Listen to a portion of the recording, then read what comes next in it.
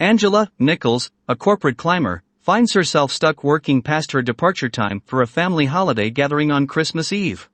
She says hello to Carl, the primary lobby security guard, as she enters the parking garage, P2. After entering the garage, she finds that her car won't start. She calls for a taxi and waits in the lobby after trying help from Wes Bentley, the security guard, but to no effect. She also declines his offer to spend Christmas with him.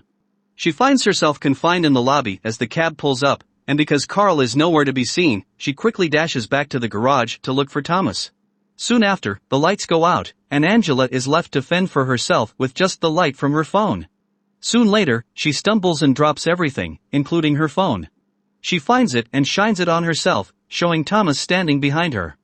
Wes attacks Angela and uses chloroform on a rag to put her to sleep. Later, with her ankle tied to the table and Wes serving her a Christmas supper of turkey and mashed potatoes, Angela awakens in a drunken haze inside Wes's office. He is inquiring about her life and her history frequently. Wes states that he is now reading The Sun Also Rises by Ernest Hemingway. Wes seems to love Angela despite her numerous faults, much like the main character in the book does. Wes keeps Angela there against her will in spite of her pleading and threats, even pressuring her to call her family and make up an illness so that no one will come seeking for her. Angela digs a fork into Wes's back as he is releasing her chains when Wes wishes to take her for a drive, but she is unable to flee. He ties her wrists behind her back before they get into his car and head down to P4. They discover Jim, a fellow employee, bound to a desk chair there. Wes assumed that Angela wanted vengeance after witnessing Jim make an attempt to physically assault Angela in an elevator after having too much to drink at an office Christmas party. This, he says, is his gift to her. When she rejects, Wes adds that he has observed Jim touching people other than only her and that, in his opinion, it is unfair to let him go just because he expressed regret. Wes starts to think that Angela had deeper feelings for Jim than just a co-worker and might have even had an affair to earn a promotion when she tries to defend not only Jim but also herself. Whether he trusted her or his own concocted notion of how she felt about the married man, he changed his mind several times. After insisting that she should be the one to defeat Jim, Angela finally concedes and answers affirmatively, either devising a strategy to escape as soon as she is freed from her tie or cooperating with Wes to avoid harm. Wes disagrees, though, saying that he doesn't want to label her a bad person. Instead, Wes brutally beats Jim with a flashlight before repeatedly ramming Jim's car into a wall, forcing Jim's guts to burst out of his body and killing him. Despite the murder, Angela manages to get out of the vehicle. After running far away from Wes, Angela is able to slip her legs through the handcuffs, placing her arms in the front of her body rather than the rear. Angela goes back to the office for her phone while Wes scrambles to cover up the evidence of Jim's death.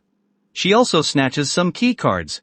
She attempts to contact for assistance after finding phone service near a gate on P1 but drops the phone when she realizes Wes is approaching the corner and must leave it behind.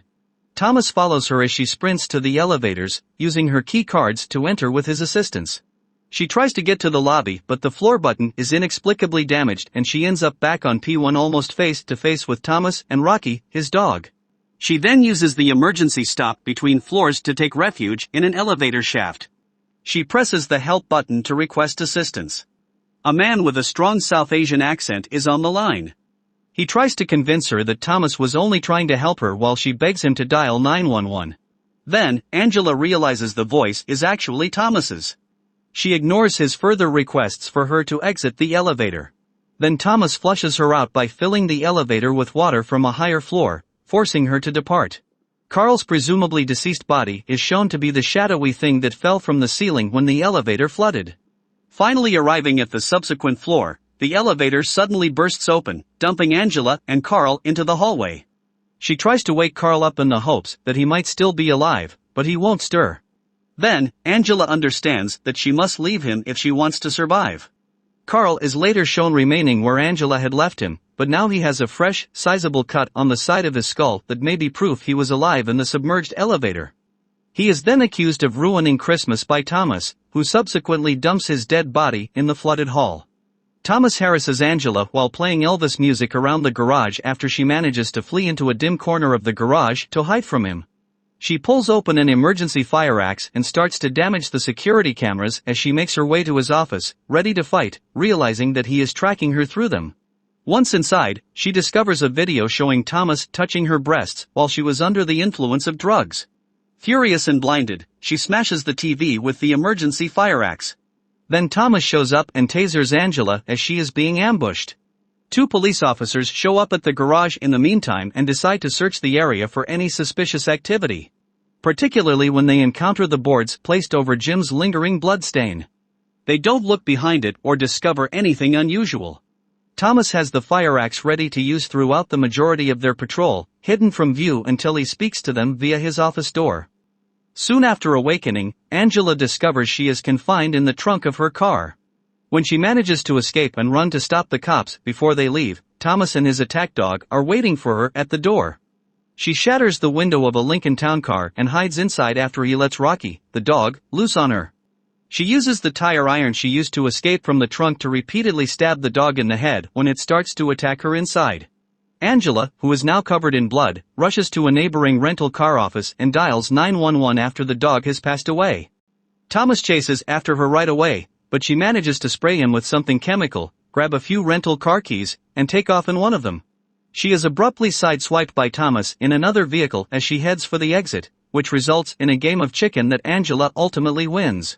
Angela flips the car, however, and is likely knocked out in the midst of the chase. When Thomas opens the door to go get her, she pretends to be hurt and uses an envelope opener to stab him in the eye, suffocate him with her handcuff chains, then use his keys to unlock herself and shackle him to the damaged car. She grabs his taser and turns to leave as Thomas insults her and then discovers she's going to light a gasoline leak from the car on fire. Afterward, he begs her, "Why can't we just be friends?" He berates her by calling her the C word when she ignores his requests. Now that Angela has lost all compassion for Thomas, she hurriedly ignites the gasoline stream, engulfing the vehicle and Thomas in flames. She spends a moment watching him burn and listening to his screams before turning around and walking away. Angela exits the garage with a limp after Thomas passed away, makes her way through the cold streets of New York City, and heads for the lights of many ambulances.